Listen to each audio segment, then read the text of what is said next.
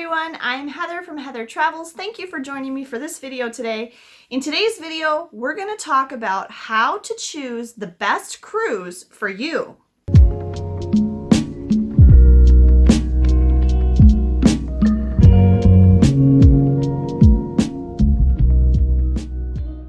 There's several things that you need to take into consideration when you're choosing a cruise, and I'm hoping that this will be especially helpful to first-time cruisers.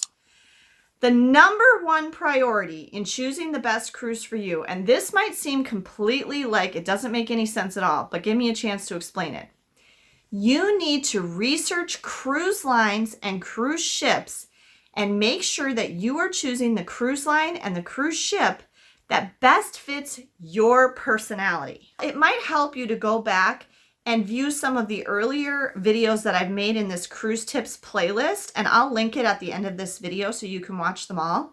But there's a lot of variety out there in cruise lines, and there's a lot of variety in cruise ships within some cruise lines. If you choose the wrong cruise line or the wrong cruise ship that does not fit you and your family's personality, you're going to be miserable on that cruise, or bored, or overwhelmed, or something.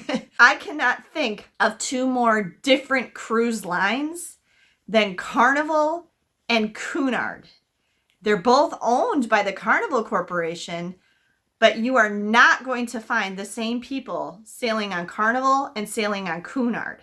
They're completely different atmospheres, completely different environments. Everything about them is like night and day. So you need to make sure that you are choosing a cruise line, first of all, that suits your personality and what you want your cruise to be like. Also, secondary to that, within some of the larger cruise lines, there can be a lot of variation in the environment of the ship depending on what ship you go on.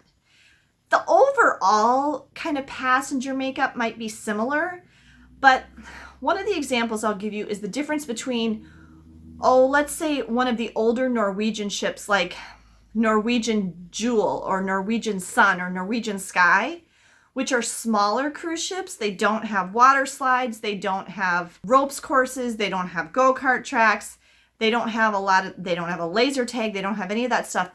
They're basically just the ship and the dining in the ocean.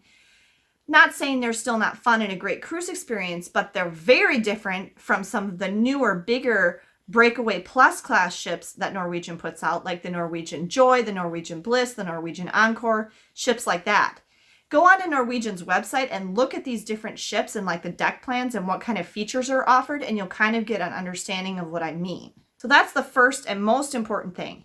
You need to do your research and figure out what cruise line and what cruise ship best fits your personality and what you want for your vacation. Do you want it to be lots of drinking and partying and dancing and, crowds and fun games and belly flop contests and all that? Do you want that? Do you want a family-friendly vacation? Do you want something elegant and serene? Do you want it just to be quiet so you can just sit and look at the ocean and read your book? These are all completely good reasons to go on a cruise, but they're going to vary by person and by what you want for your cruise vacation. So that's the most important thing that you can do in choosing your cruise, is choose a cruise line and a cruise ship that fits how you want your cruise vacation to be. Now, the second thing that you need to do in choosing the best cruise for you, and this kind of goes along with the first thing and it kind of goes along with the next thing I'm going to say, is that you need to choose the right ship. Now, I know I already said that, but how that's tying into number one and number three. Number one is choosing the personality of the ship. What do you want the environment of the cruise ship to be like? Number three is choosing your destination. Where do you want to go on your cruise?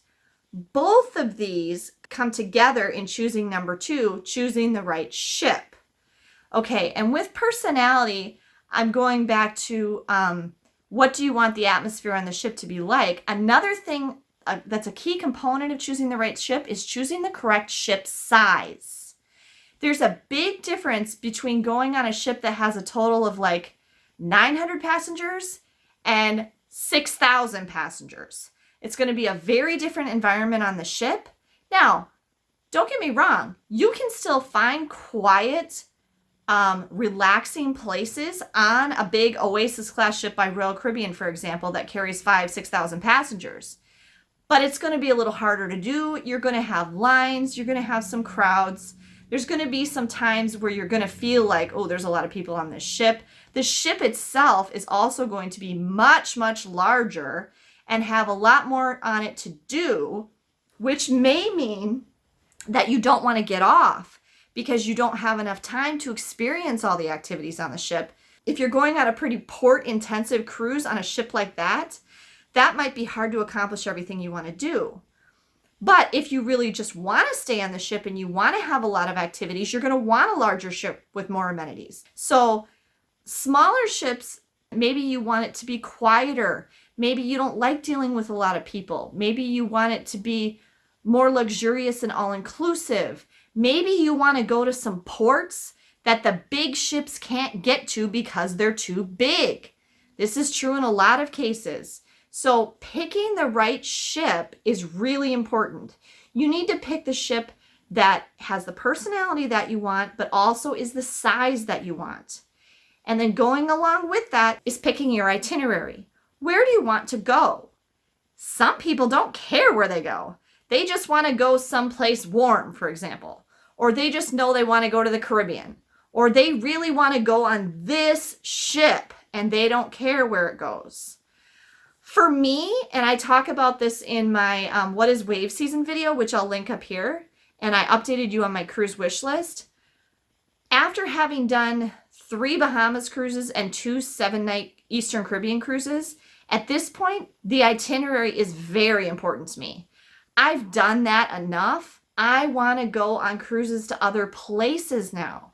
So choosing the itinerary of your cruise is very important. Now, it may be that you want to go, say, to the Baltic Sea. You want to do a Baltic Sea cruise in Northern Europe, and you can go anytime in, July of 2021, okay? Within that range of dates and that itinerary, you're going to have at least several options of ships that you could choose. So you're going to kind of need to combine these factors.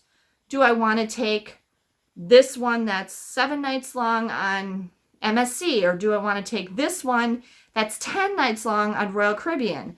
Look at the ports of call, which one has the places that I really want to go to. So choosing your itinerary and choosing your ship are kind of linked arm in arm. The fourth thing that you want to consider when choosing the best cruise for you is the dates that you're available to go. The more flexible you can be with your dates, the more possibilities that will be open to you, and also the bigger range of price. You would not believe how different the price of a cruise can be depending on when you go. The exact same cruise in the exact same stateroom, in the exact same number of days, the exact same ports, the price of that cruise can range tremendously depending on if you go in this month or this week versus this one. And the only way that you're going to be able to determine which is the best one is either with the help of a travel agent or by going through the whole date range and seeing how the price changes. You may have to make a decision. Can we be flexible with our dates, or is the only time we can go on a cruise here? And so we might have to choose our cruise based on what we can afford in that week, for example. Okay, and then the last thing that you need to consider when you are choosing a cruise is price. You know what you can afford, and within what you can afford, you're going to have this many choices. If there's a cruise you really want to do, but it's way more than you can spend, you have an option. You can either not go on it and choose something less expensive, or you can decide, I really want to go on that cruise someday, and so I'm going to delay it and give myself more time to save up so that I can do this specific cruise that I want to do. I mean, for a lot of people, there's like once in a lifetime cruises that they really want to do. They really want to do a world cruise, or they really want to go to Alaska or something like that that are more expensive. And so they might have to postpone that cruise until they can save the money to be able to do that, or they might have to take advantage of a sale or something like that, or maybe change to an inside stateroom that might be less expensive instead of getting a balcony, for example. There's a lot of things that go into consideration with price, but you're going to have to take price into consideration because everybody has a different budget. Those are my tips for you guys on how to choose the best cruise for you. I hope that it was helpful to you. I thank you so much for stopping by to watch this video today. If you have any questions, please leave them in the comments below. If you liked this video, give me a thumbs up. And if you haven't subscribed to my channel, please be sure to subscribe. Thank you very much for watching, everyone. Safe travels.